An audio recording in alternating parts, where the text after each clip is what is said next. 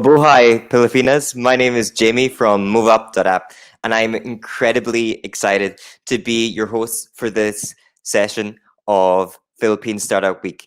Indeed, the first ever fully online Philippine Startup Week, co-presented by MoveUp.app and Praxis Associates. So let's zoom into our topic, right? So the theme for this year is Filipino startups powering up the new normal. And in today's session, we're going to zoom in on the power of coaching. So we have two experienced coaches joining us today. We have Mr. Brad Reed, executive coach and mentor at Top Prospect Careers. And we also have Ms. Megan Keach, coach, trainer, speaker, and lecturer at More Than a Desk. So they're going to be sharing a little bit about how you can power up or how you can use the power of coaching for fast-growing startups. All right. So I would like to give a big thank you to our partners for this session, to Move Up and Praxis. All right. So Praxis is a digital events consultant. If you are looking for help organizing your digital events, please check them out at praxis.ph. For Move Up, if you're looking to create your own learning community for your company, or you're just looking to upskill, check it out on moveup.app. All right. Now, I wouldn't be able to do this by myself. I have some correspondents who are going to be helping me out, asking some questions to our speakers today. So first up, I'd like to invite on the stage Miss Sam Javier, Managing Partner of Praxis Associates Philippines. Mabuhay, Jamie. Good morning, Philippines. Good afternoon and good evening, wherever you are in the world. And I'm really excited to be here at the first ever virtual PH Startup Week because it was just last year when Tony and I actually went in person in Ortigas to attend the full day or full length event that happened last year for startups and even for other partners like government and the private sector. So I'm really excited to hear what Brad and Megan would advise to our fast-growing startups now, Jamie. So see you later. Sure. So Miss Sam will be asking some questions later in the panel discussion. All right. See you soon, Sam. Next up, we have the founder and CEO of UpUp Technologies and MoveUp.app, Mr. Paul Espinas. Mabuhay, Paul. Mabuhay, Jamie. Xin Chao, as we say it here in Ho Chi Minh City in Vietnam. We're actually broadcasting live from Ho Chi Minh City, formerly known, I think, Saigon, here in Vietnam. So, Jamie, today I'm very, very excited for so many reasons. For the past years, we've been competing in various startup competitions and events all over the globe, actually. And today I'm very excited because finally we can see a lot of investments from the Philippine government, the private sector also coming together and empowering the startup community in the Philippines. Also, Jamie, today we will be joined by two of the most renowned speakers and coaches in Vietnam. And thankfully, they're going to share some of the secrets on coaching and how it can empower Filipino entrepreneurs. So let's move up the conversation, Jamie. And I think it's best we move to our keynote speakers. Thank you, Paul. We'll be inviting you back later for the panel discussion. Okay, so without any further ado, let's go into the main part of today's session, which is our first speaker. So to give you a bit of background, Brad is a good friend of mine, and he's suffered for years with chronic mental and physical illness. Now, Brad was able to heal his life with his mindset and attitude, and traveled to Asia to really expand his understanding of life. Now he coaches and trains executives, professionals, and all people to achieve their highest potential. So I'd like to welcome on the stage Mr. Brad Reed.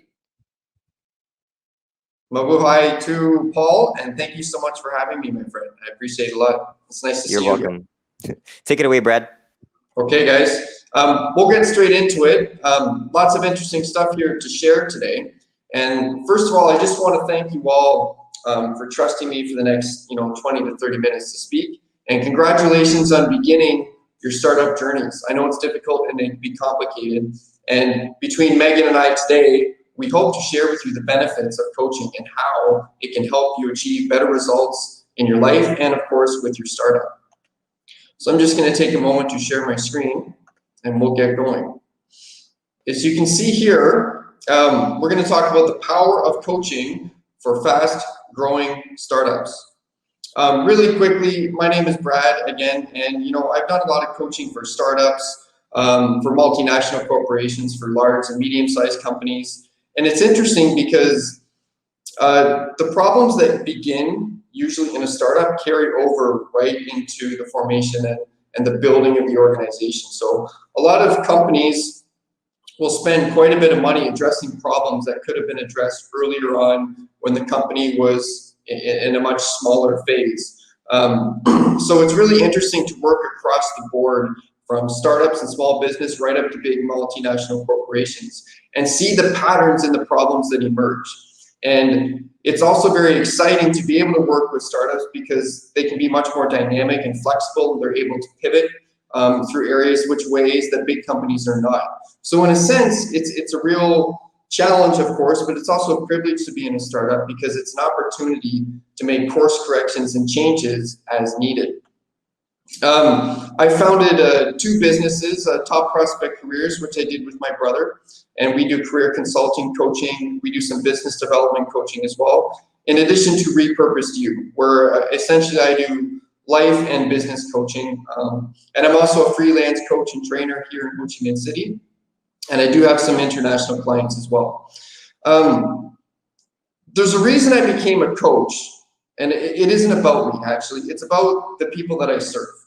And so people need help from all walks of life, all ages, all expertise, all experiences, students right up to leaders of major multinational corporations. Coaching is highly effective and impactful in producing better results.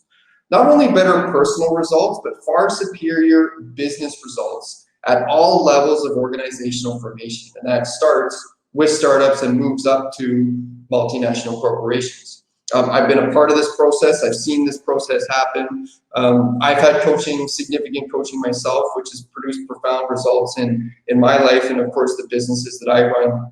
So it really is a highly effective and impactful process that causes a lot of good benefits for companies, in particular startups. There's a term I like to use when I talk about mentoring and coaching, in particular when it comes to startups, and that's distilled human capital. And what I mean by that, that's just concentrated experience that you get over 10, 20, 30 years of being in a particular industry or field or area of expertise. And it's essentially when you go to the doctor and they've spent 10 years in medical school or 10 years studying medicine and science and another 10 years in practice, they're able to diagnose your problems pretty quickly. They have a really good idea of what your ailment is or what it means, and then from there they can take proactive measures to begin healing and treatment and things like that. Now, you don't go to see anybody about disease and sickness and illness. You go to see a physician because they're experts. They understand the process. They see things differently. When it comes to coaching and mentoring for startups, this is exactly the idea. It's how can you leverage the experience, the expertise, and the insight of different people around you in order to gain as much experience possible without having going through all those years of hard trial and error. And this is one of the things that I learned the hard way here in Ho Chi Minh City when I was running one of my businesses a year and a half ago. My business partner and I really wanted to do everything ourselves, and ultimately things failed. And they failed because, in my opinion, we didn't take the necessary time to find the right people, to ask the right questions, and get the right kind of help. And a lot of the things that we did wrong could have easily been prevented. We just had no idea in some aspects of what we were doing. And this is the value of distilled human capital. It's being able to recognize that other people with more experience, a different line of sight, a different viewpoint, are able to help us in areas that we can't fully understand and appreciate all the time. And there's so much value in that. So I just want everyone to take note of this. And this is, in essence, explains, where the emergence of a lot of potential issues comes from. If we look at the y-axis, and that's our consciousness, and that's essentially, that's our awareness of a problem. On the x-axis, that's our competence. That's our skill level to address that problem. And if we go to the bottom left corner, level 1, this is what we call unconsciously unskilled. And what that means is that we are not aware that we are unskilled in a certain area. So for example, if you're launching a startup and there's aspects of P&Ls, profit and loss sheets, that eventually need to be considered, but you've never heard of a P&L before, you may not even be aware that it's something that you have to look at, as an example. Of course, you don't have the skill set to properly interpret and look at your P&Ls, but it's also something that you're not even aware of. So that would be an example of a level 1 situation. Level 2 is consciously unskilled. This often happens when we learn something new that we didn't before, and we realize that we don't have any skills or experience in that particular area.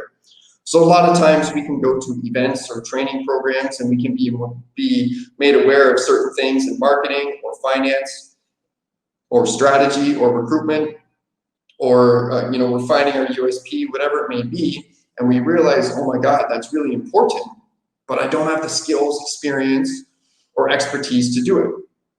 And so it's great. Coaching, in a lot of senses, can help us go from level 1 to level 2.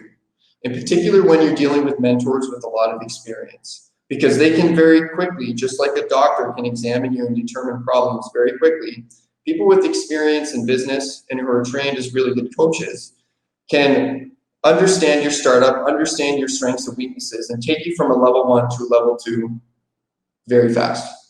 And oftentimes this is good because this shortens significantly the learning curve required to realize that you would be unconsciously unskilled.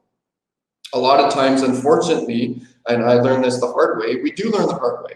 And it can be challenging because we can lose money, time, it can cause a lot of frustration. And so being able to go from level 1 to level 2 relatively quickly is a huge benefit to startups, because now you're aware of where you need to develop. And this is very, very useful, both in the short term and in the long term. In addition, once level 2s are recognized, we can move to level 3, which is building the skills, experience, and competencies in those particular areas that will allow you to perform better, have greater productivity, get better profits, and ultimately run a successful small business or startup. These things are really, really crucial.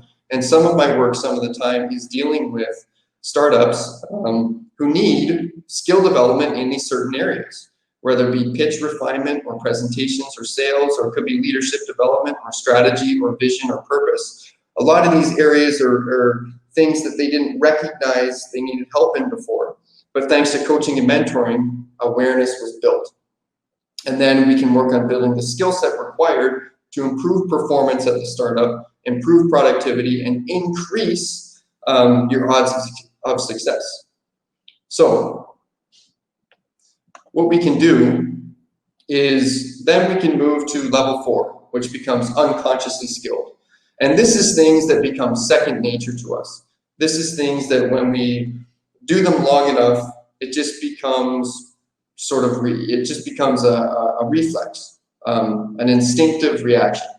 And so we don't need to worry so much when we get to level 4. But the awareness from level 1 to level 2 that coaching can provide, and the building of the skill set from level 2 to level 3 is really, really essential. And it can save so many businesses, so many problems, and I've seen it time and time and time again. And oftentimes, when coaching and mentoring is not involved, the realization to go from level 1 to level 2 has been learned the hard way, which again costs money, opportunities, time. It creates a lot of frustration and disappointment. And I've seen it time and time and time again. So really, coaching and mentoring can help greatly in this aspect. So just a few tangible benefits of coaching. Team performance can be really greatly improved. You know, if you want to run a good startup or small business, you do want to have a high-performing team, one that trusts each other, one that's on the same page, one that's able to have healthy conflict and disagreement, one that's also able to, you know, fortify their commitment to the cause and carry forward through the tough times. This is really, really essential. And working with people is complicated. So having, you know, coaching and mentoring around this area is really, really essential, and it can produce a lot of short-term and long-term benefits. In addition to improved communication, this is an excellent source of improvement for any team, because in the long run, this costs companies a lot of money.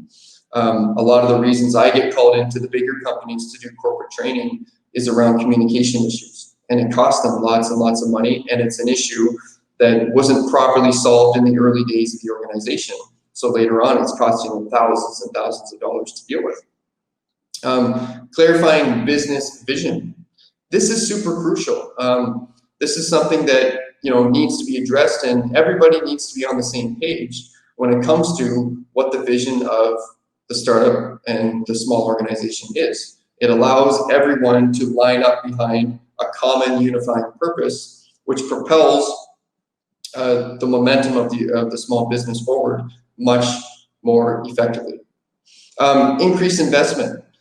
So, you know, if you're looking at negotiations, presentations, sales, I have seen several presentations in my time here at Ho Chi Minh City where startups had a really good idea in theory, and they went to present it to investors, and the presentation was absolutely terrible. The audience was bored, the investors were bored, they didn't understand the value proposition, they didn't understand the finances. The startup who was doing the presentation, they didn't understand their audience, they didn't take the time to understand what the investors were really looking for, and ultimately they didn't get the funding.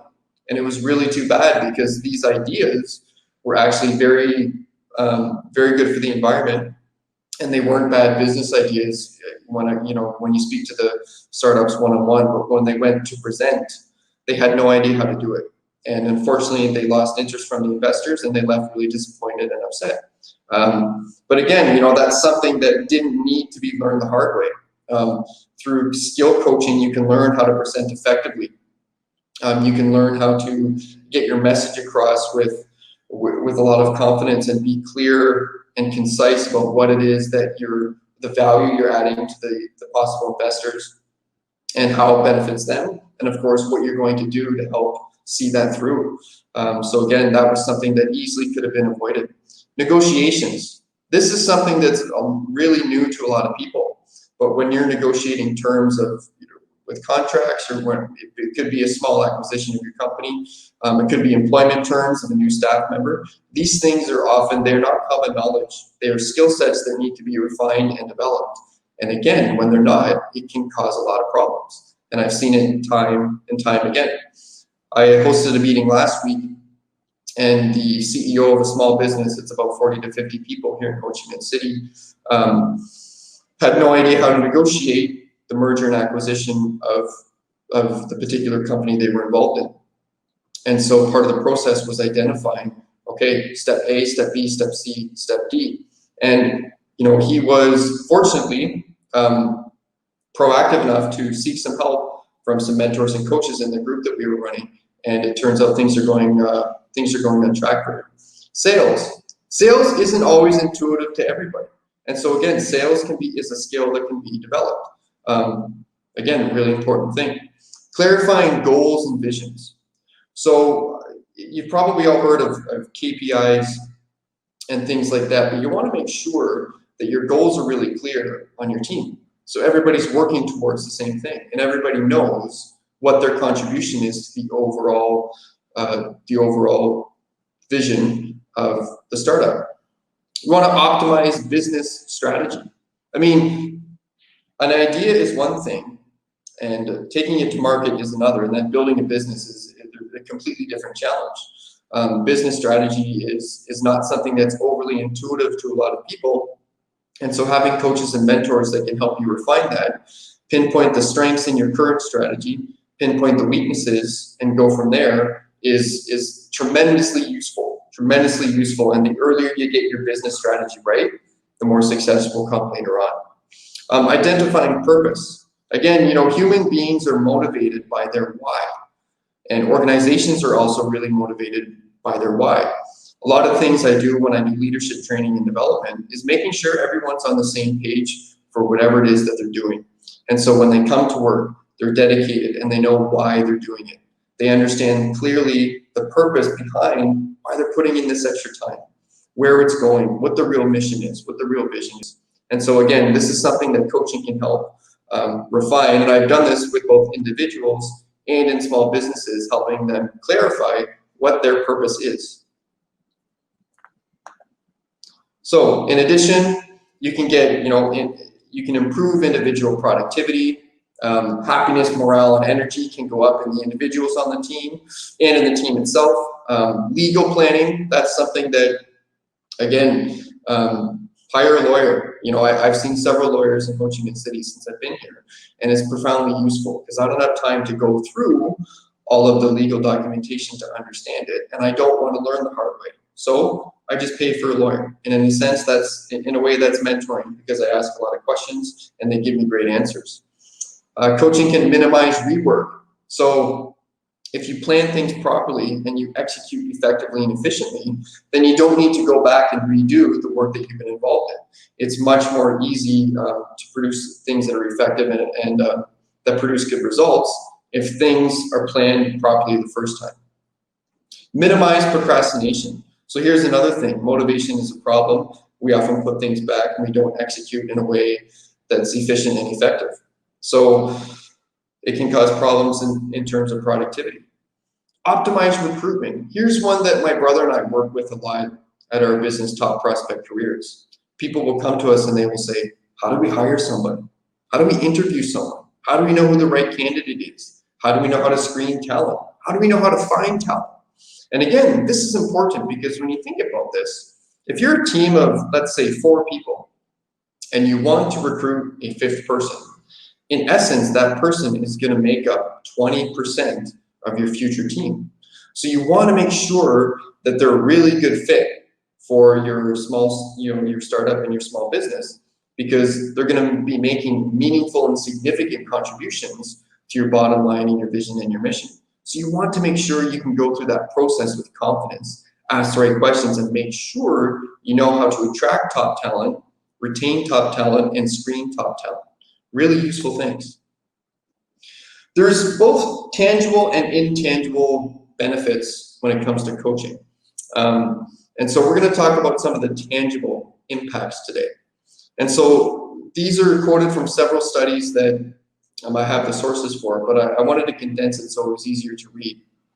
Startups and companies that invested in coaching returned 5.7 times the amount that they paid for their coaching service. Again, this makes complete sense because coaching and mentoring is going to provide better solutions faster. It's going to provide more experience quicker, and you're going to prevent errors and mistakes that you may have made without the coaching. Number 2, another statistic I found is, startups and small businesses saw a return of $7.90 for every dollar they invested in executive coaching. And this was, of course, at the level of small business and medium and large business. So again, really good returns of investment. 53% of business owners say their productivity increased when they took business coaching. Well, why is that? Because they better understand strengths, weaknesses, and where they need to refine what they're doing, where they need to reconsider, and how they can do things better. And so this is, again, absolutely no surprise. I've seen this a lot with my own practice, and I've seen this a lot with other startups and other colleagues of mine who work with business. So again, absolutely no surprise. So executive coaching in Fortune 500 firms reported an ROI of 52.9%.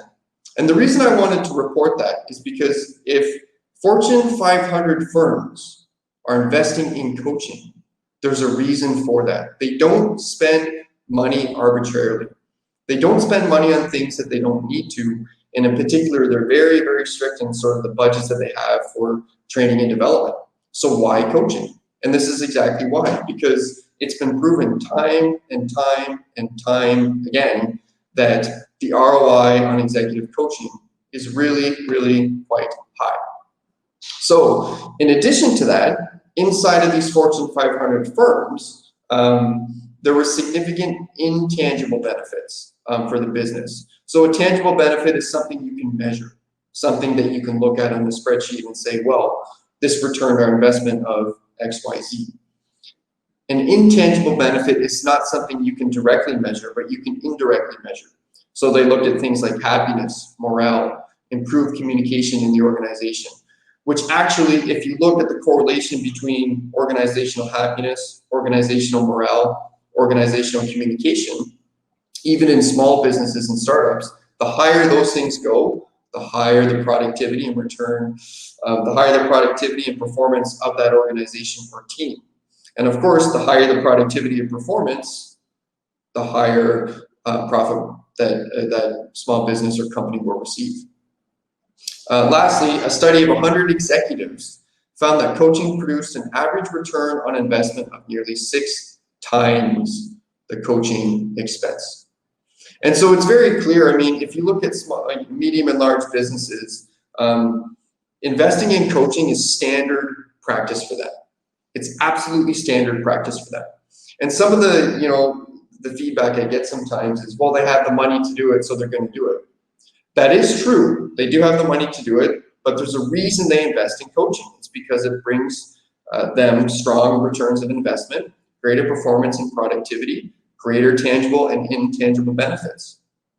One of the things I would urge, a lot of the clients that I work with and the startups that I've worked with in the past is that, yes, it'll cost you some money up front to hire a coach, but it'll save you so much money in the short and the long term if you're proactive and take preventative measures.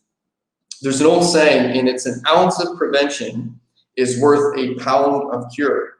And I can't think of a better example to use this old adage than here, because so many times I can share, so many times I've had people come up to me and say, if I only knew this then, it would have saved me X. Or if I only knew this back then, it would have saved me Y. And that saving, it can be money, it can be opportunity, it can be, frustration, it can be, problems with staff turnover, so many things that are indicated a little bit too late that could have been prevented with some coaching and some mentoring. And so I would urge everybody to consider not just costs in terms of money, but costs in terms of resources and time. Your time is extraordinarily valuable. So if you can shorten the learning curve on any endeavor that you're doing, you're going to save yourself money in the long term, because you're not going to be spending, resources to try and fix problems and try and mend fractures in your business. You've taken the time early on to invest where it's needed, and you're actually going to save yourself a lot of money in the long run. And so don't discount your time. In economics, we talk about something called time discounting. And that means value the fact that if you can learn something much faster, it's far more beneficial, and those benefits compound much more quickly over time. And so earlier on, make sure that you're aware of some of the problems that your startup may be having. Get some coaching, get some mentoring, and you'll see, of course, the return of investment much faster, and you will have avoided so many problems. Human beings are not good risk analyzers. We are not inherently good risk analyzers, so we often project or imagine best case scenarios. When I'm coaching and training risk management, we have to go through all sorts of cognitive biases with people. We have to look at heuristics and why people make poor decisions, and we're simply not good risk analyzers. And so having someone who's walked that path before, who understands the risks because they've encountered those problems before and can advise you on the best practices to avoid running into some of those problems, wow, that is going to save you so much effort, so much time, so much frustration, and it'll be well worth your while. Because again, a lot of these things we're not even aware of, and we don't assess risk very well.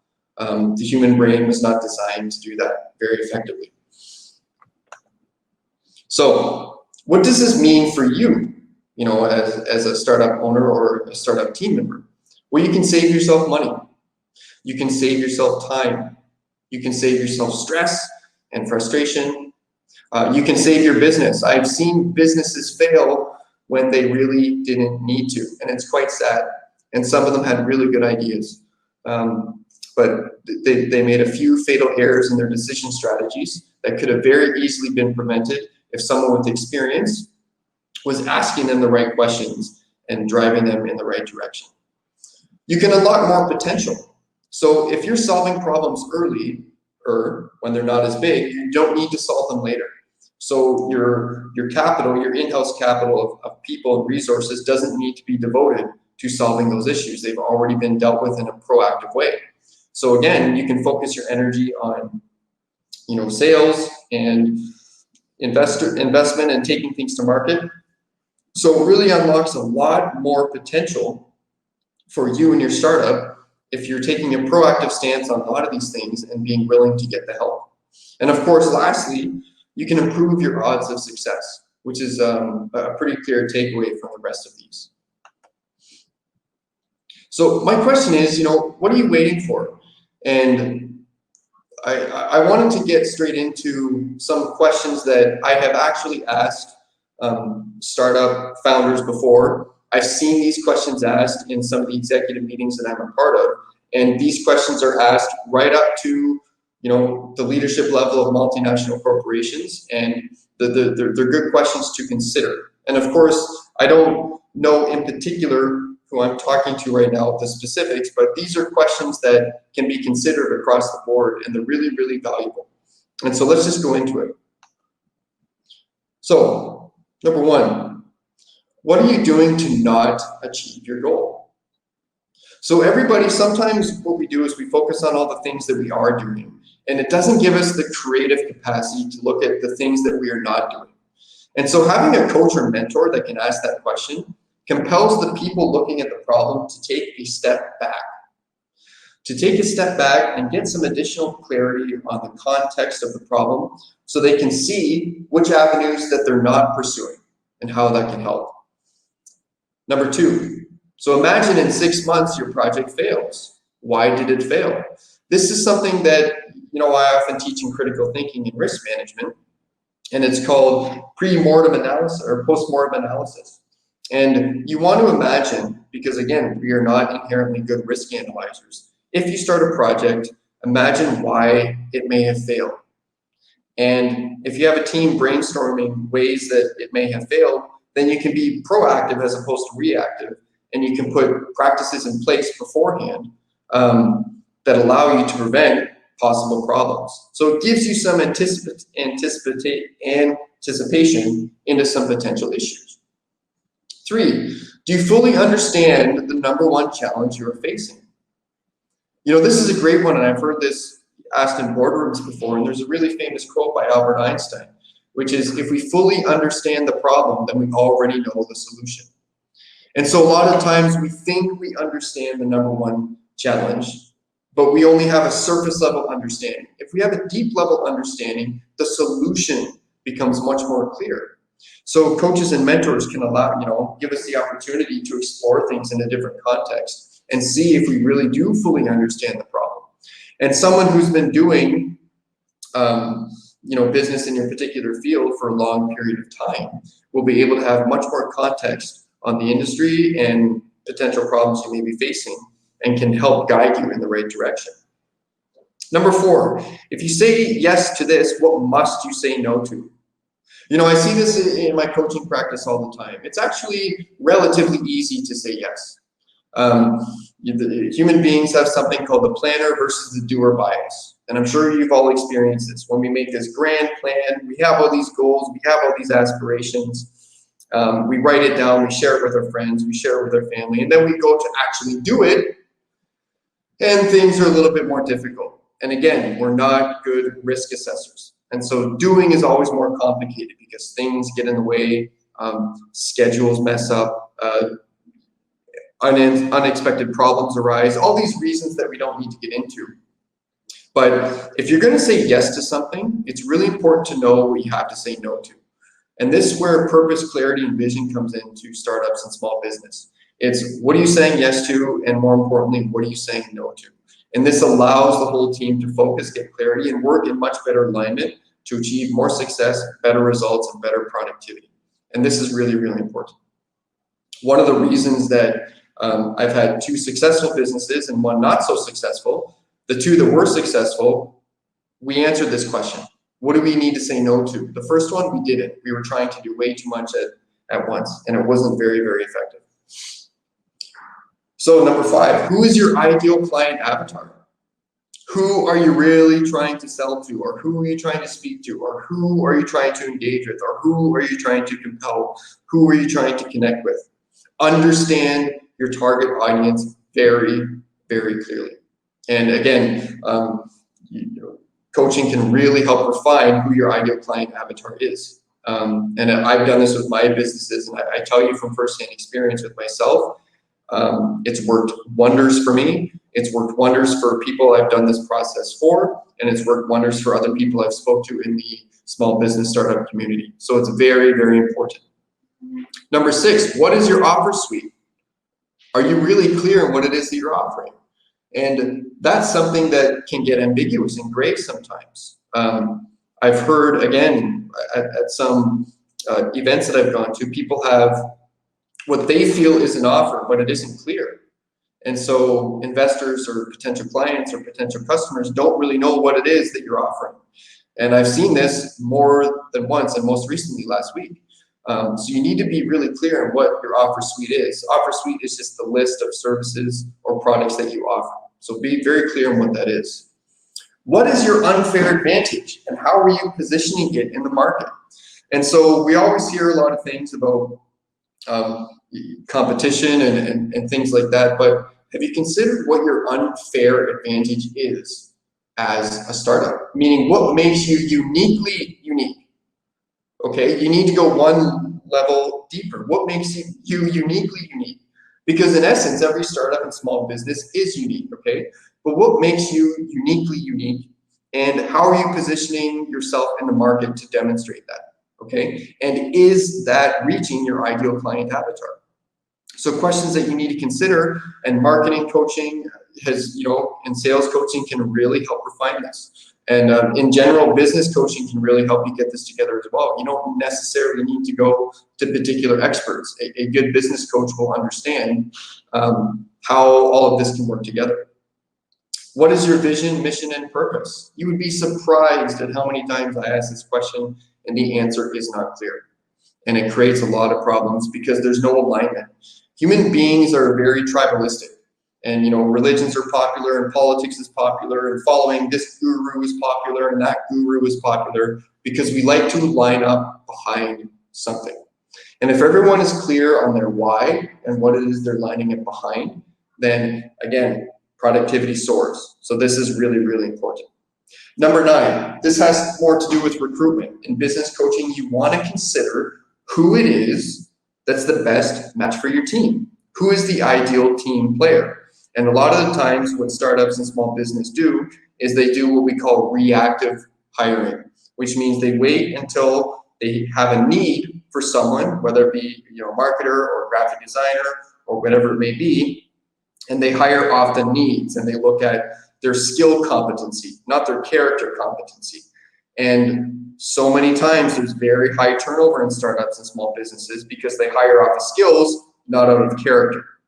And the reality is, skills are ubiquitous on the market today. Most people have a very good refined skill set. And it's easy to find someone who does marketing, and someone who does graphic design, and someone who does whatever skill that you're looking for. It's much more difficult to screen and identify talent based off character. And it's a process that, again, we go through top prospect careers when we do hiring consulting. And these are one of the things that people need to consider.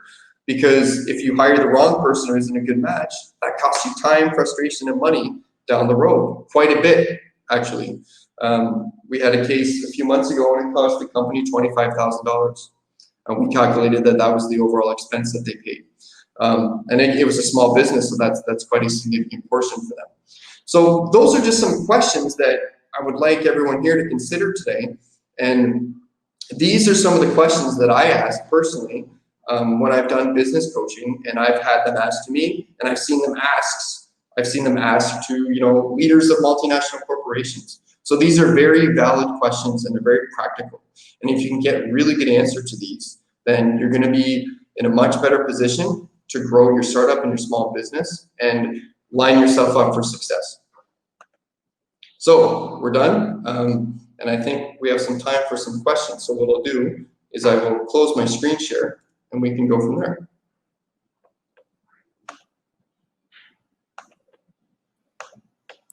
Thank you so much, Mr. Brad. Wow. So, Brad, we've got time for. Was that okay? That was perfect. That was perfect. So I think we have some questions coming in from our fabulous correspondents. Let's start first with Ms. Sam Javier. I believe you have a question for Brad.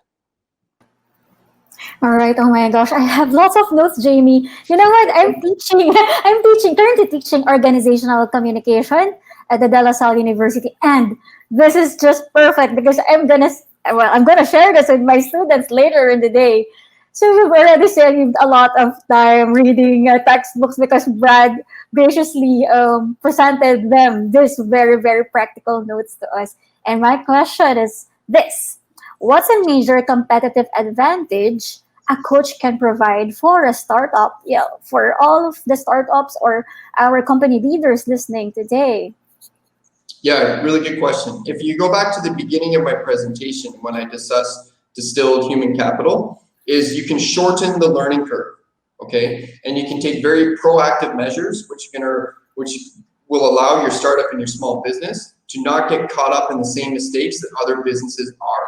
So with someone with the experience and the vantage point, when they can look at your startup and small business and say, hey guys, consider X, Y, Z, or have you considered this, or what's your vision, or what's your communication strategy, or whatever it may be, the particular issue that they need to address, it shortens the learning curve significantly, right? So there's a reason we hire people based off of need. So if Jamie and Paul are doing the move up version number 4, for example, and they need a really, really good we'll say the software coder.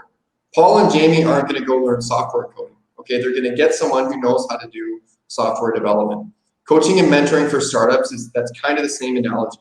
They can provide that unique perspective, that unique set of experience and skills, and ask questions that the startup founders may not be asking because they don't know the questions to ask. They don't fully understand the context of the environment that they're working in. And so many times I see it. So I can't stress this enough. So many times I see this, things that could have been prevented. And if we go back to level 1, the awareness and competency grid, it's because people were unconsciously unskilled. They didn't know they needed to know this. They didn't know that skills in this area would have helped.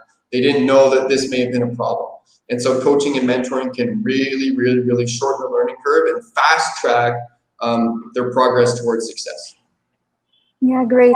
Because that's a proactive stance that we're taking. And sometimes people just don't know that. Oh yeah, we have to ask these very, very vital questions at the start. And yeah, coaches are there for us, not to be antagonistic or whatever. They're there to care for our company. So thank you for that, Brett. You're very welcome. Thank you for your question, Ms. Sam. Next up, I think we have time for one more question, Brad, from Mr. Paul Espinas. Hello, boss. Good morning or good afternoon. Depends where our viewers are watching from, right? I think before the question, Jamie, I'd like to highlight one of the things that I really love about the presentation, Brad, when you said knowing what or whom to say yes to, but most importantly, knowing what or whom to say no to. Yeah. That's one of the most difficult things for me to do in my 20s. Saying no to certain occasions or people, right? Which leads me to my question, Brad.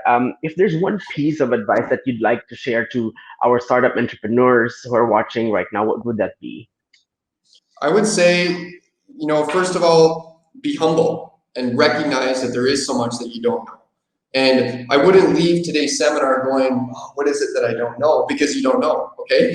So it's useful to find a mentor, find a coach, and have that conversation. Have 1 or 2 conversations that can help clarify, what your particular unknown is, because you don't know what it is, and that's why we hire mentors and coaches. So my advice would be no theory, all practice. Find someone, speak to them as soon as possible, whether it's a friend or a coach or mentor that's a paid session, or someone that you just may know. Reach out. Don't ask any more questions. Just reach out and be like, hey, I have a startup, I'm doing this. Here's what my thinking is. What are your thoughts? Be open-minded, have the courage to do it, the humility to listen, and the discipline to follow through. And then that will save you so many problems, okay? I had a business that was, in theory, doing quite well, and it completely crashed because my business partner and I didn't do that, okay? I have 2 businesses that are going really well because I asked those questions, okay? So find someone and engage with them and address this as soon as possible, because who knows what it is that you need to address, and that's what you want to find out ASAP. Awesome. That's really good. I'm going back to that quote I mentioned earlier. Thank you for saying yes to be here with us today. Yeah. I think we're going to continue the conversations later on in the panel discussion. I'll send you back to Mr. Jamie Duncan. Thank you, boss.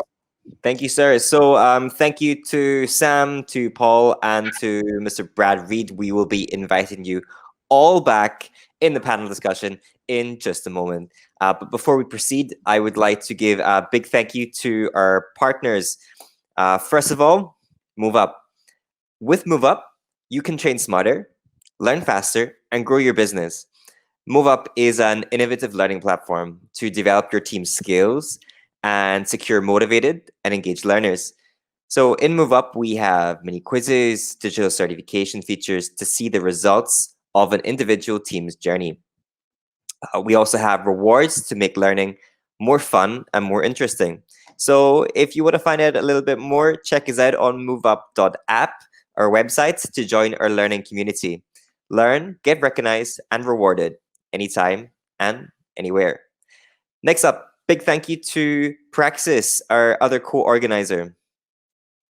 So PRAXIS is your trusted partner in the empowerment of organizations in Asia and the Pacific, and was founded on the same idea: the organizations must keep abreast with the changing times, while developing their most important resource, of course, their employees and their partners. PRAXIS works with governments, private and international organizations on capacity development and strategic communications. You can visit praxis.ph, the website, or at praxis.ph on social media to know more about PRAXIS. So thank you, Move Up, and thank you, PRAXIS, for supporting today's session. All right. So let's move on to our second speaker.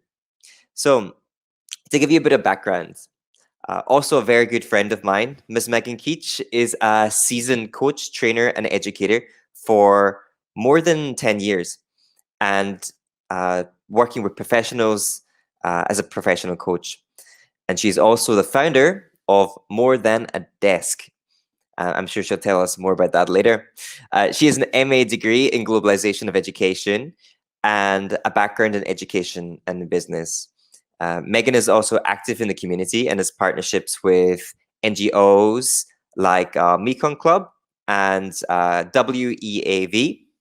And she's also a community outreach coordinator for Leaders Create Leaders right here in Ho Chi Minh City, where we are based. So without any further ado, I'd like to welcome on stage Miss Megan Keach. Hi, how are you, Jamie? I'm doing fantastic. How about you? I am wonderful, and I'm so happy to be here and really excited to be sharing this time with everyone in the Philippines. I wish we could be there in person, but it's the next best thing. Hopefully soon. Okay, Megan, yeah. I'll let you take it from here, and I will see you a little bit later in the program for the panel discussion. See you soon, Megan. Excellent. So today we're going to talk about creating certainty among uncertainty, specifically for startups. I understand that, you know, in the current climate that we're living in, a lot has changed, and there's a lot of things that are beyond our control. So as a coach, as somebody who's been a coach for a while now, I've seen a lot change in the year 2020, and really just am going to go through a lot of the things I've noticed and a lot of the strategies that we use, not only in coaching and kind of complementary to some of the things Brad discussed, but also things that can really help you if you're looking to create a startup or you're looking for a way to move forward in your business. Okay, so let's talk about what uncertainty is. That which you cannot control. Well, here's the reality. Uncertainty existed before COVID, and it will exist after. However, it's things we cannot control. It is things that happen to us. Life is going to smack you upside the head regardless of what you do. Life is going to throw you curveballs in business, in your personal life. That's going to happen no matter what you do in your life anyway. So this is valuable within the world that we're living in today and any other time. Certainty itself, at the core, it's a basic human need. Food, water, shelter, security. We need to know what's going to happen, and we need to have some semblance of control over the outcome. Now, I often tell people they always have a choice. And some people don't like when I say that because they don't agree that you always have a choice. Now, just a little background about me. I have lived in 5 countries on 3 continents, and I have traveled around the world. I've seen it all. And I also lived in a country in West Africa where I've seen places where people do not have choices. I lived in a country called Niger. It's landlocked in the Horn of Africa, and it's literally the poorest country in the world. And it's a place where people don't have options. Your day-to-day is, can I find food? Can I find water? Can I feed my family? Do I have a roof over my head? That's your day-to-day. So for me to say you always have a choice, I've lived it, I've experienced it, I understand it, I really mean it. And the reason you always have a choice is because you have a choice about what you do within the circumstances that you are in. So it may be out of your control. However, you get to decide your mindset. You get to inquire about your choices. That is up to you. So we're going to talk today a little bit about ways in which you can look for certainty and you can create certainty within this very uncertain world that, it seems like from one week to the next at times, things can change, and especially in business. Right now in business, especially for startups, some of us are thriving and some of us are really struggling. And some of us are somewhere in between. So what does that look like and what do we do with it? Okay, so let's talk about what you can control. First, we're going to touch on, I don't know if this is in order, but here's what we're going to talk about. Internal versus external motivators, why you need both. Do's and don'ts of running a business.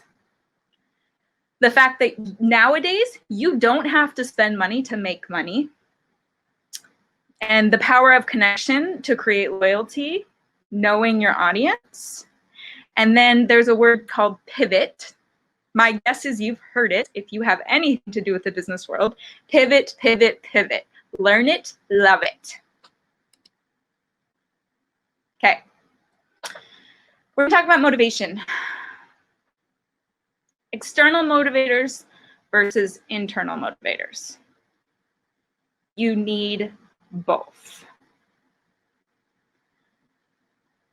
An external motivator is an outside motivator. So usually it's the validation, it's the contribution, and oftentimes it's money. Let's be real. We run businesses to make money. Not wrong. Totally fine. However, that alone will not sustain you. When things get hard, when things go wrong, that's not enough. especially in the current climate that we live in. So yes, money is a great motivator. And contributing, feeling like you're contributing to society. You know, I've been all around the world, and I'll tell you, doesn't matter where you go, people just want to feel like they're contributing. They want to feed their families. They want to have a roof over their head. They want to live their lives. It's universal. The validation of contributing and security, knowing that you have that certainty in your life. Then we'll look at internal motivators. So this is intrinsic, your why, your deep down. And I'm going to go a little bit more into this in the next slide, but essentially this is your vision, your purpose, and your reason. So Brad talked a little bit about this in his talk, and one thing that I really appreciate that he mentioned was that oftentimes people don't know their vision or their purpose. When you ask them, well, what's your vision? Well, what's your purpose? And that's why coaching is so fundamental. Sometimes I find it very confusing when maybe a CEO or a corporation doesn't understand why they need personal development or personal growth coaching, because these are the things that make your business successful. Money alone and pretty images and marketing is great, but unless you have a vision and a purpose and a reason, and you have that from within, it all starts within you, then it's not going to work. So you need both. One without the other is not sustainable. So let's look at this. This is a model I use oftentimes in workshops. It's the 4 elements of goal setting.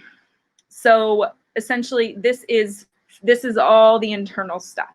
This is all my why, figuring out what I'm doing and why I'm doing it.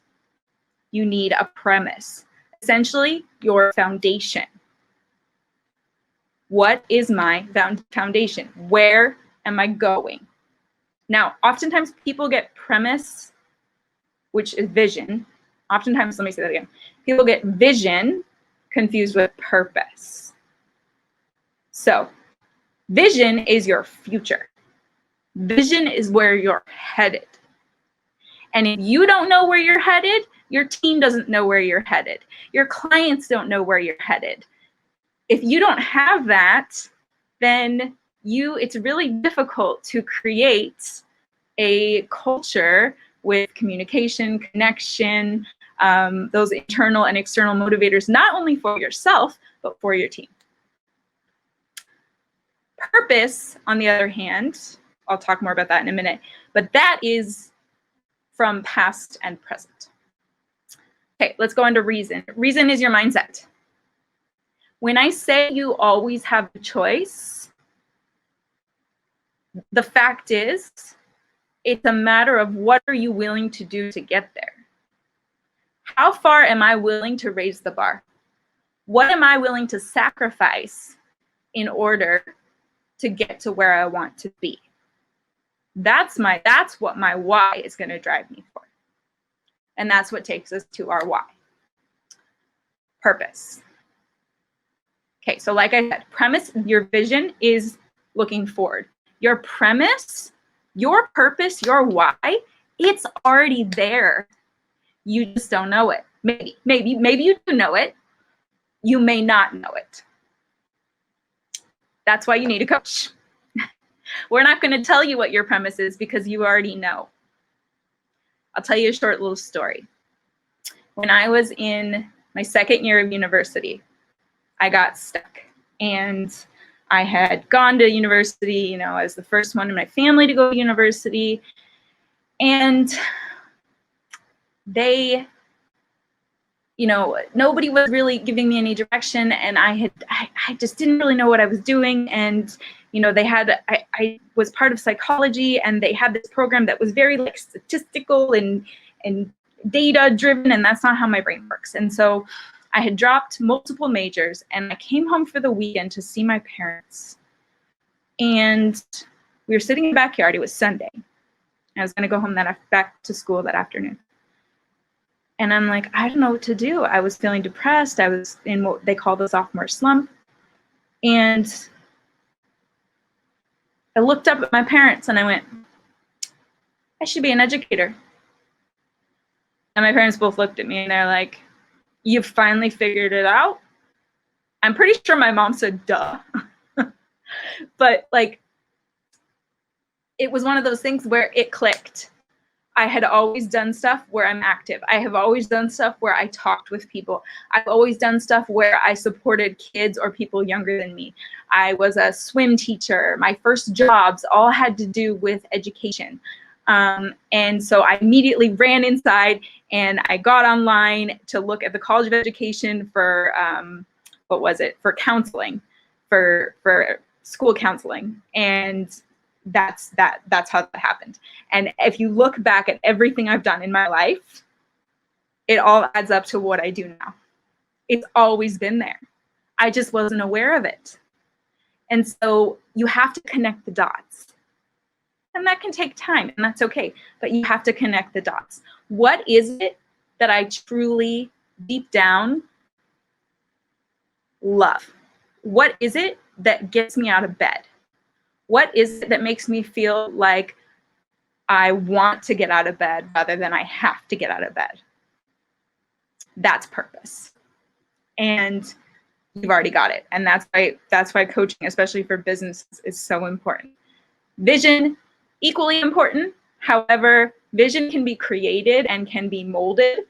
Purpose is something that already exists. Okay, my call to action. So your strategy is basically how you're going to make it work. So I guess we'll look at the word pivot, but basically, what actions am I going to take to get where I need to be? So going back, this is your intrinsic, this is your why, your vision, your purpose, your reason. Of course, you want to make money. However, you also need to be focusing on all of these things. Okay. But I need money now because I've been on lockdown for 7 months.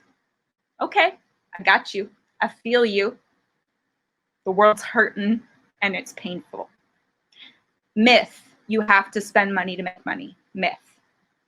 You no longer have to spend money to make money. Find a problem to solve that you already have skills for. Okay? Ask yourself, how can I solve this problem? What do you already do that there's a need for? It can literally be anything. So whatever phase you're in of, you know, if you're in full lockdown or if people are interacting in incremental, you know, amounts, or if you're starting to come back into the world, is it something online? Is it, you know, Google, the University of Google, literally, it's free. Google stuff. Can you create things? What are you good at? What are you good at and how can you sell it? Another example would be my husband. He just started a business on a platform where he does graphic designs, and then they put it on t-shirts and water bottles and pants and aprons, and he's been doing it for less than a month, and he has been selling items to people across the world. And he's already making money, and he spent no money to start this business. So there are so many things that you can do. I mean, you know, the first thing that comes to mind is like haircut, massages, things like that, skills, but that involves touching people. So I would say tap into your creativity, Christmas cards, whatever it is. Find a problem that needs to be solved for people and offer your services. Right. So I need money now. What skills do you have now? What can you use? What can you do? What can you sell? There's a great metaphor. I got to see John Maxwell speak. Luckily, I went home to the United States last September. I'm really glad I did, because who knows when I'll be going again.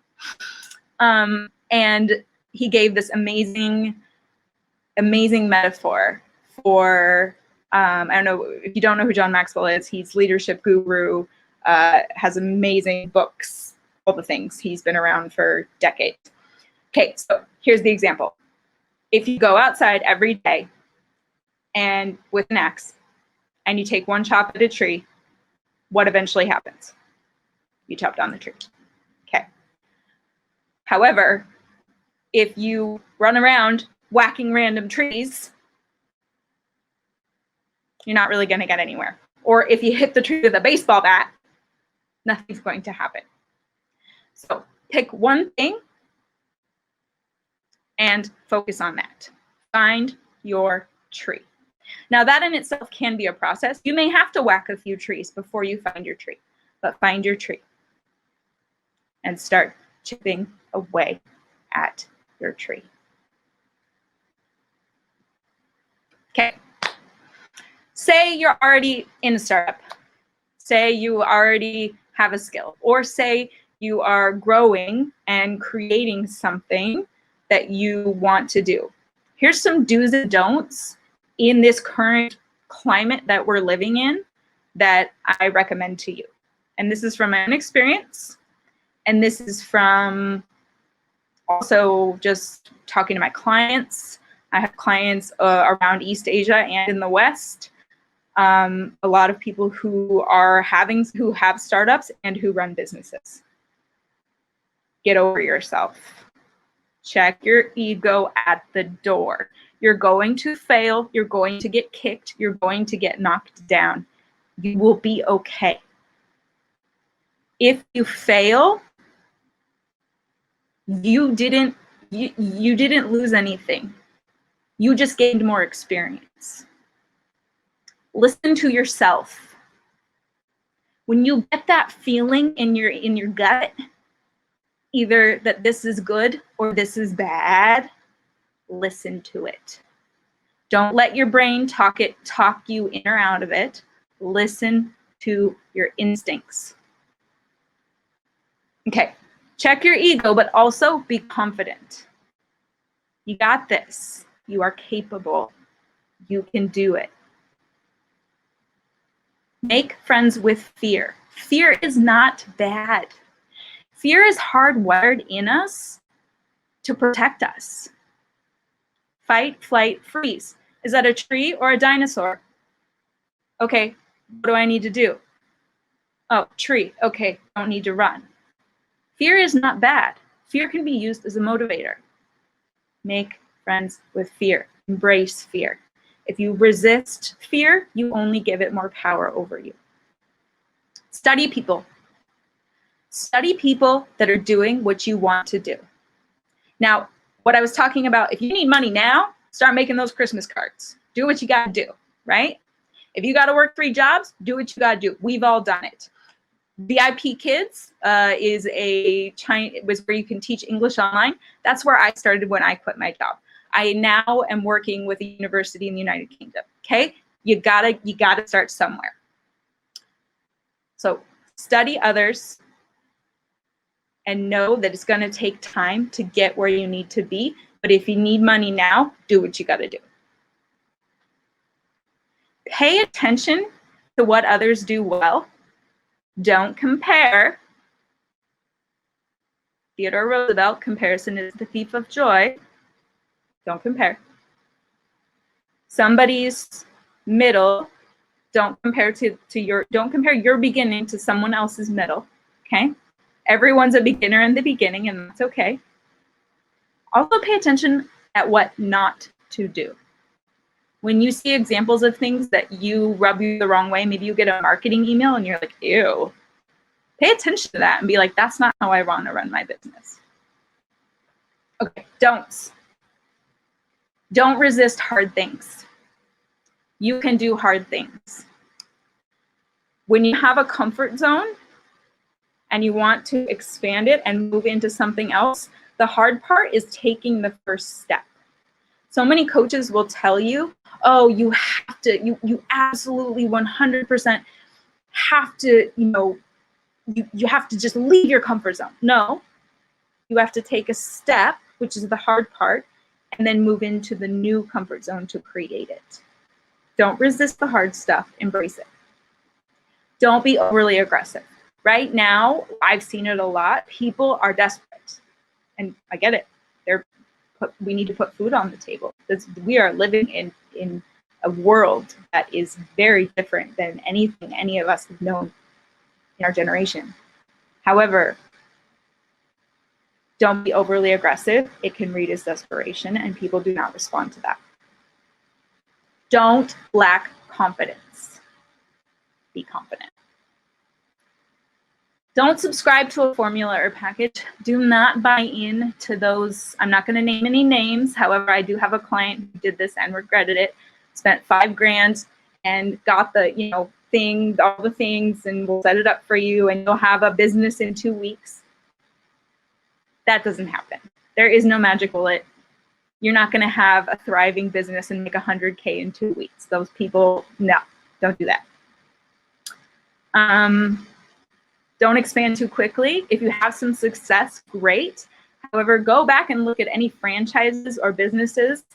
Oftentimes, if you expand too quickly, you crash. Don't forget that anything worth doing takes time. Like I said, you need money now, do what you gotta do. But in the long term, if you wanna have a startup and a successful business, remember that it is a marathon, not a sprint. Don't believe that you have to hustle for your worth. Let's hustle. I'm a hustler. I love to hustle. I love the game. I like to create my own game, but I love to hustle. But you are already worthy. You don't have to hustle to be worthy. The worth is already there. Now go hustle. Study the people, study the startups, and go do it better. Pivot. I wanted to put the GIF, if anyone gets the Friends reference, pivot, pivot, pivot. If you either get it or you don't. The reference with Ross yelling pivot. Okay, be prepared for changes and having to let go. When COVID first hit, I had just created a whole thing about purpose. I haven't touched it since then, but I couldn't let it go because that was my certainty. And I had to realize that. And a couple months in, maybe like March, April, it was like, nobody cares about purpose right now. They just want to have a roof over their head. I had to throw it away. But what I realized is I was holding on to my certainty. I had to let it go. You're going to find that there are times where you need to let it be what it is rather than what you want it to be. Okay, so I made you a little acronym for a pivot. P for proactive. Be proactive. Pay attention to what's happening. Pay attention to patterns. I, innovate. This is the age of innovation. If you go back and you look at TED Talks from 2016 and 2018, they're talking about things that are happening now. It's just that we've been forced to speed it up. Innovate, innovate, innovate. V for variables. Be prepared. Variables are going to hit you, and you need to know that that's something that's going to happen. You can have a plan, you can have a course of action, you can have a vision, but understand that the variables are there. Be original. Show people who you are. Simon Sinek. People don't buy what you do, they buy why you do it. Teamwork. Don't be afraid to collaborate. Team up with other people. Together we are better. Together we are stronger. I have always been such an independent person, and it is not until I became a coach that I learned the power of partnerships and strategic partnerships and collaborations and how important that is. Do not be afraid to reach out. People are looking for opportunities. Don't wait for them to come to you. Initiate. Okay. Communication. If you want to connect with other humans, you have to connect. You have to connect with them either through emotion or connection before you can call them to action. Whether that's people you work with, your team as a leader, or your clients. Okay, how do you connect with people? You listen. You listen. Communication is what is being heard rather than what is being said. Remember when I said check your ego at the door? It's not about you. People don't buy your product for you, they buy it for them. People don't show up to your trainings for you, they show up for them. People don't show up to a concert for the entertainer, they show up for the experience for them. Okay, remember that. One of my favorite questions. Okay, why should they care?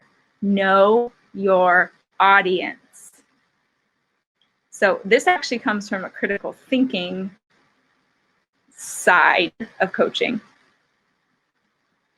6 essential questions. Who is my audience? My clients. Who am I selling to? What do they believe? What common ground do we share? Are we all locked? Have we all been locked down for X amount of time? Are we all just now getting back out into the world? What's happening with all of us? What do I want my audience to believe? When I communicate to them, what message am I sending? What do I want them to actually hear? Communication is not what's being said, it's what's being heard. What do I want them to believe? What do they need to know? How can I make it clear what it is that I am trying, what problem I am trying to solve for them? And my favorite, why should you care? Why should they care? Always go back to that one. Why should they care? Right now, you're watching this. Why should you care?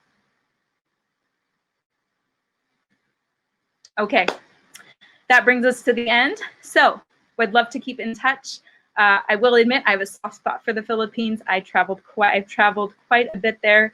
Have not been to all 7,000 and something islands. However, have been to many and have many friends that live there. So shout out and absolutely 100% love the Philippines. So very happy to have been part of this today. Again, wish I had been able to fly there and see you all in person. Keep in touch. You can find us at morethan-a-desk.net. I give 30-minute complimentary video calls. This is an opportunity for you to see if coaching is something that you're interested in. There's no upsell, because the reality is that if you're not ready to be coached, I can't coach you. So it's a decision that only you can make. However, if we do a 30-minute clarity call, I get to do what I love the most in the world for 30 minutes. You walk away with more clarity. Everybody wins. So if you go to morethan-a-desk.net and you're curious, just fill out the form and we'll schedule a time. Otherwise, you can find us on More Than a Desk. Oh, there's a typo there. It's not More Than a Desk, it's More Than a Desk. More Than a Desk on Instagram and LinkedIn. My married name is Adarwan, so you'll find me as Megan Keith Adarwan. All right, thanks for having me today. I love you guys, and I wish you all the best, and I really hope that things improve in the world soon and that this was helpful for you. Thank you, Miss Megan. All right, so I think one of the things I really love from your presentation, Megan, is you're talking about partnerships, right? Partnerships are so important now more than ever. And yeah, I think the lesson is just reach out. People are waiting. This is a partnership, right? Yeah. Exactly. And you can choose who you work with, you know? Like one of the things Brad said about, and this is something I often say too, when he was talking, I was like, oh, you know, there's an opportunity cost in everything you do. Yes and no. And you have a choice, right? But strategic partnerships are very important. Our partnership is amazing. And Agreed. you know, it can be people from different countries because we live in a globalized world.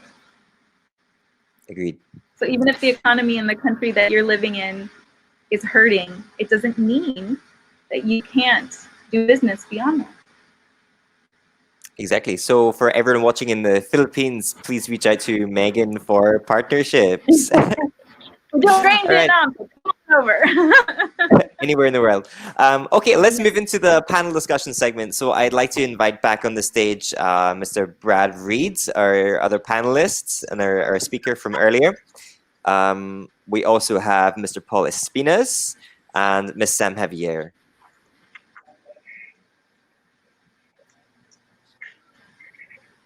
All right, now we're all here.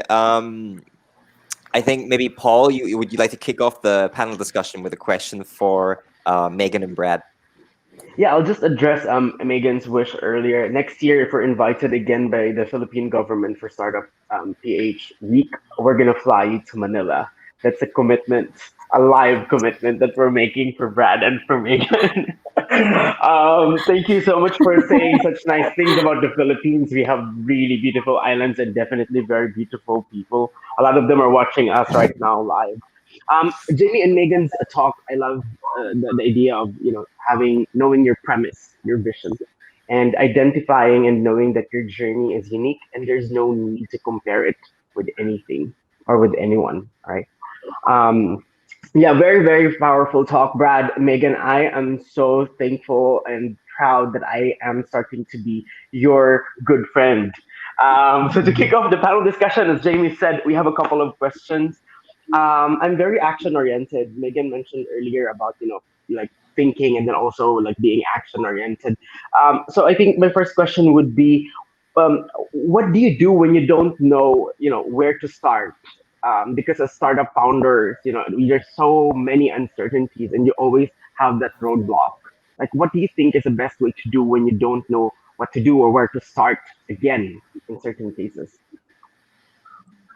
So the advice that well, I don't like the word advice because in coaching, we don't tell you what to do. We try to support you to have other perspectives. One perspective you can take is choose one thing. Now, oftentimes people don't like to hear that because the simplest things are often the most difficult. So when you say, oh, just pick one thing,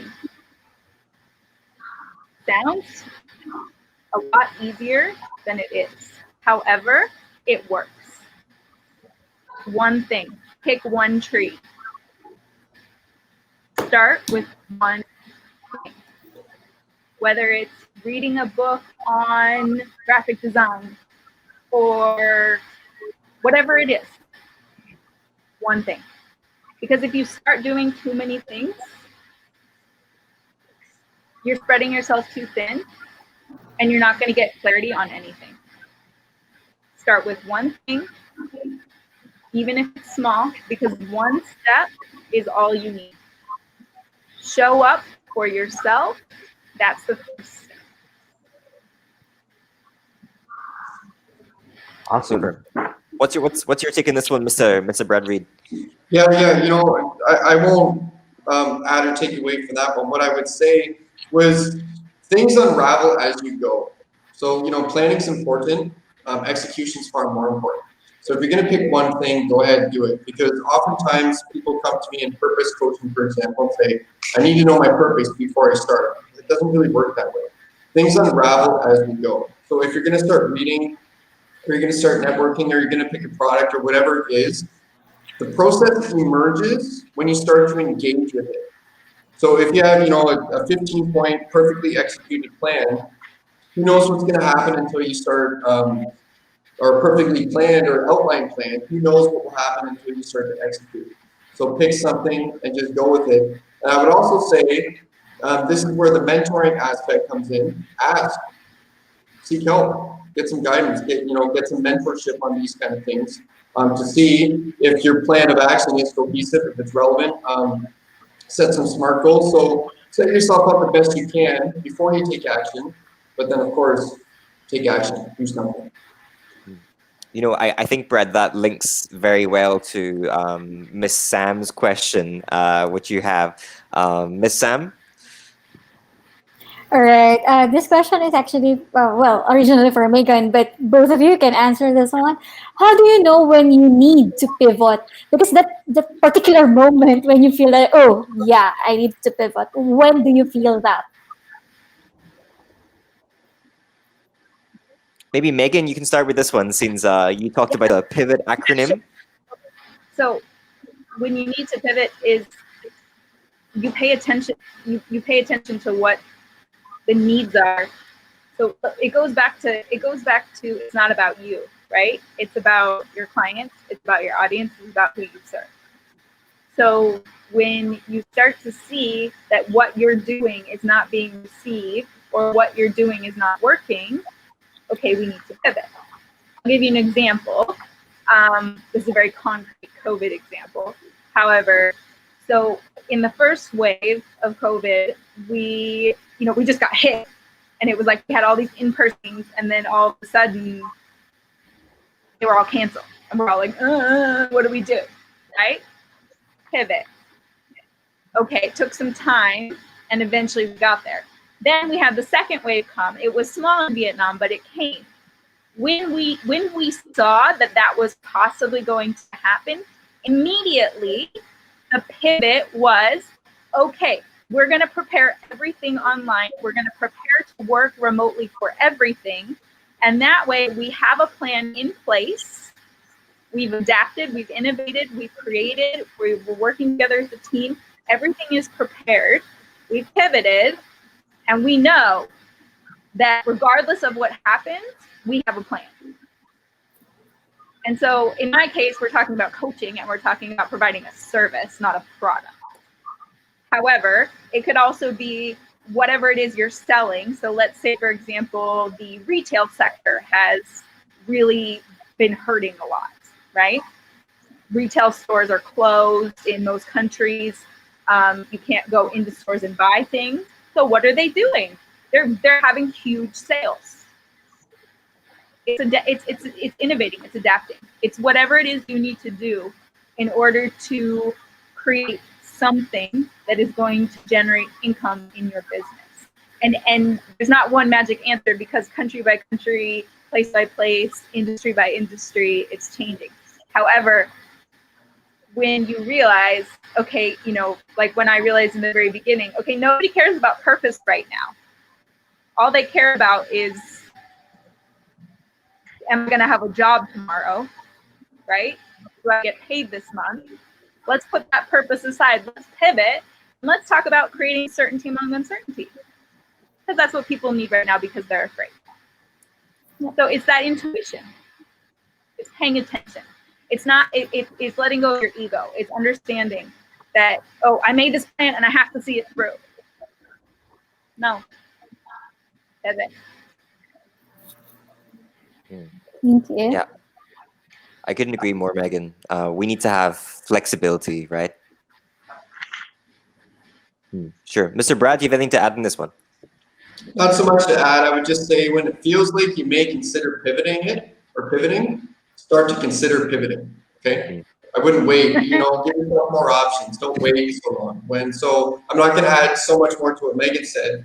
But when it feels like it may be time to pivot, at least start exploring that option and be trying proactive as opposed to reactive. So at least you have your ducks in a row, a plan in place, and an idea of how you can execute when it's time to do so. Trust your intuition, trust the market, trust the feedback from your clients, see what's going on. And when it feels like you may need to start to go, that's when you should start to consider it, for sure. I think, Jamie, to add to that, I think because we're going through a very unique experience right now with the lockdown and all that. Pivot can also mean pausing certain pre-planned things and changing up things, but eventually putting all back together once things go back to so-called normal. So pausing is also a form of pivoting. It doesn't mean you have to let go of what we're used to do. It's maybe learning to adapt and add things all together later on when it makes sense. Super. Thanks for that, Paul. Paul, I think you have another question for our panelists. Yeah, I actually wanted to highlight in that question what Brad mentioned earlier. He said, if we fully understand the problem, then we already know the solution. I think the process related to pivoting is also continuously understanding what really is the problem that you're trying to solve, right? Yeah, so question. I have one more question. Brad and Megan, in the Philippines, we are so diverse. We have over 100 dialects. We have culturally, linguistically, we're very diverse. And some of the people who are watching us today are very successful startups. They're also looking at expanding outside the Philippines. So again, that's another form of diversity. Where do you think coaching comes in when it comes to very diverse group of individuals in a team, for example? Yeah, great question. And Megan, I'm sure has a lot to comment on this as well. And it's building the soft skills. It's building active listening, empathy, understanding, and encouraging other people to climb Lenciani's pyramid, to take the necessary actions and develop thought processes to cultivate a high performing team. And what does that look like? Well, you need to develop high levels of trust, high levels of accountability. You need to be able to have healthy conflict because it's inevitable, especially when teams are so varied. So how do you make an environment where conflict becomes normal in a sense that disagreement is normalized and standardized, so conflict doesn't become abnormal, which means it's tense, people are aggravated, and it becomes counterproductive. So building high trust teams by listening to each other and empathizing, building systems of accountability, making sure conflict is carried out in a way that's manageable and accessible. So, freedom to disagree, and lowering your ego and being humble and recognizing that people have different perspectives and keeping an open mind to that. Leadership development, it needs to start with the leader who's going to set that precedent and example. And then you create a team where all of those practices are normalized anyways internally, and then that carries over seamlessly to the way you're engaging with new markets, new clients, new individuals. When you're developing new product line, developing your ideal client avatar, you've built in those thought processes and mindset in your team first. So it's much more easily transferable when you're acquiring new clients and opening up, your business in the marketplace. So I would say, in a practical sense, that's communication coaching and cultural refinement and core tenets of building a high-performing team, which can all come with the right coach to do that. Thank you, Mr. Brad. Miss Megan, what's your take in this one? Coaching in diverse teams, difficult question. Yeah, I think Brad said it really well. The only thing I would add is reiterate what I mentioned about it's universal, that moving people to action doesn't happen until you've connected. And there are universal, the idea of connection and connecting through emotion, connecting through empathy, connecting through building trust, soft skills, essentially, everything Brad said. That doing that before the call to action, and also being very clear about expectations to build team environments. Those are what are going to unify people. Those are universal things. Agreed. So, Miss Sam, I think you have another question for our panelists. Well, moving on to our call to action for the startups present or watching as of right now. How can a startup find a good coach? This question goes to both of you. Okay. I started talking. So I think one of the things is there's coaches everywhere. There's the reality is in coaching today, there's a low bar entry, but there's a very high standard for what a good coach should be. And it's how you connect with them. Okay, so you can Google coaches or go to a website or go to forums. But having a call with someone you feel could be of service to you is very useful.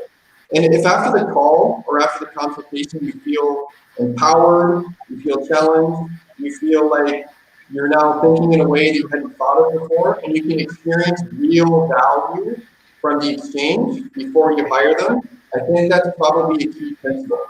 If someone's selling you on a package or a PDF PowerPoint of 10 things they're going to do for you, and they haven't really connected, and you haven't felt tangible value, they haven't gone out of the way to build trust with you, to fully understand you, to engage with you as a person first, maybe back off of it.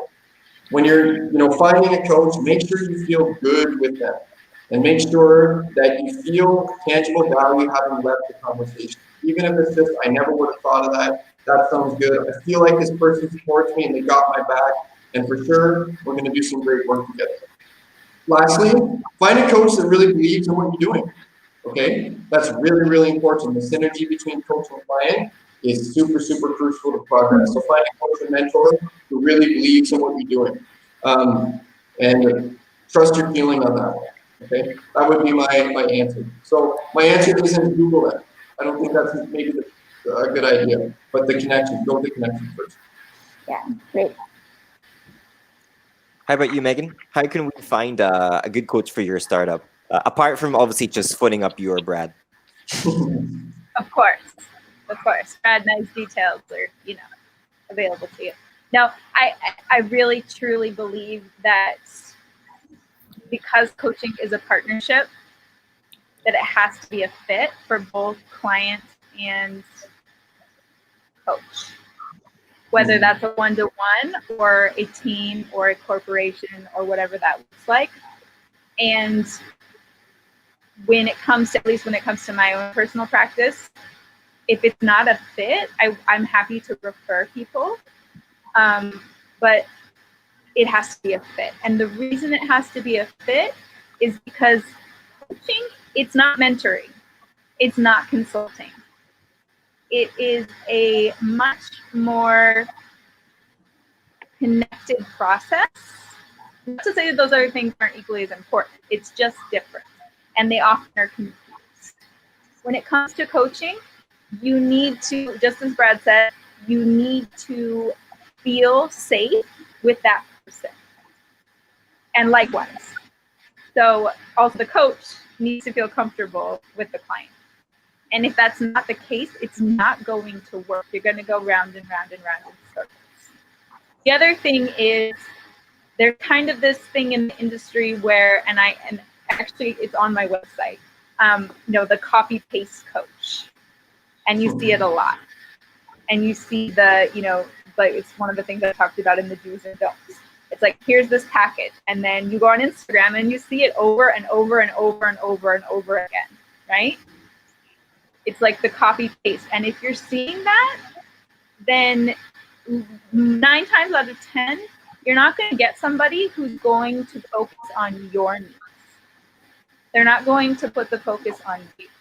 So look for somebody who is a fit for what you need, and look for somebody who truly wants to meet you and your team or your company or whoever where you're at. Because that is what coaching is about. And if all they care about is making sales, I would consider that a red flag. Thank you, Ms. Meg. I think that's a great question to finish on. So now we're coming to the end of our session. Thank you so much, everyone, for watching with us. And I'd like to finish off this part with asking our panelists and our keynote speakers to share their final words or final advice for all you guys watching. So we'll start first with our panelists. Let's go first to Ms. Sam Javier. All right, for me, so I've got lots of notes here, and I learned a lot from our coaches. I consider you our coach already. Okay, so to our startup founders and leaders, treat coaching as not just something for startups, but also for multinational companies. So if you have that big vision for your startup, well, the time is now to start, no? So don't look at this as an added expense, but an investment in capacity development, no? And let's also take a proactive approach to avoid these small issues that crop up into bigger organizational issues in the long run, and that's very, very costly. And listen to your gut feel, but also know the science behind motivating people. And that's it for me, Jamie. Thank you, Sam. Mr. Paul.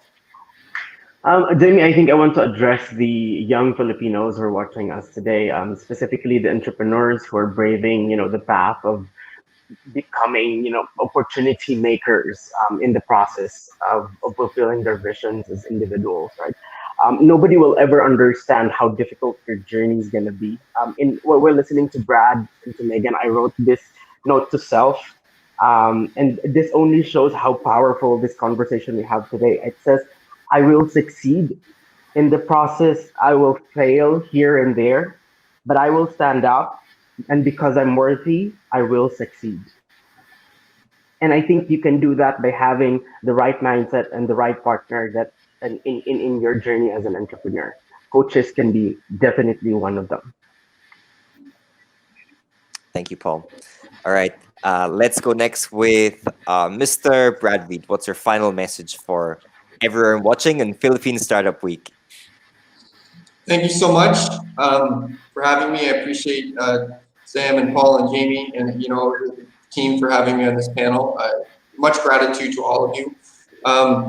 My piece of practical advice would be, take action sooner than later, whatever that may be. And don't be afraid to reach out today to someone who you may think is able to help you, because the effects of this process compound over time and yield, far more promising results if you start early. So I would encourage you, if you're not fully inspired to, go and hire a business coach right now, do something. Okay, take away from what we've done today something that's tangible and actionable that you can start to do that shifts your perspective just a little bit and opens up your mind to new possibilities for your startup and your business, because it's so important to be proactive with these kinds of things. Lastly, when you're finding a coach, I always say with my clients, guys, we do whatever it takes. And so it can be a dynamic between coaching and mentoring and advising. And I've pulled in personal trainers and nutritionists to help with some of my clients, or marketers or finance experts. And so again, when you're with someone, make sure the feeling is synchronous and you feel good with that person and they're willing to help. So leave the conversation with your potential coach or mentor empowered, invigorated, energized, and grateful. Other than that, I wish you all the very best of luck as young entrepreneurs and startups. And if you ever want to reach out to me, no problem. I think my contact info is around somewhere. But if it isn't, it's Brad at topprospectcareers.com, or you can find me on LinkedIn at just Brad space Reed. Happy to talk anytime, no strings attached. I love engaging with people and seeing what we can do. Thank you. Thank you so much, Brad. Thank you for joining us today. And lastly, Miss Megan, what is your advice for everybody watching, or your final words for everyone watching? First off, thank you so much for having me today. I'm really happy to have been part of this panel. And I learned a lot, which is one of the reasons I love coaching so much. It's because it's such a learning experience every time. What I'd like to say to the people that are here today is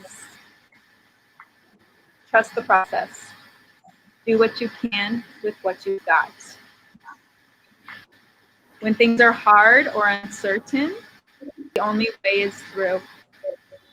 And whatever that looks like for you is not wrong. So if you need some time to take a break, if you need some time to have space and grow, or if you need to hustle and, do what you got to do, none of it's wrong.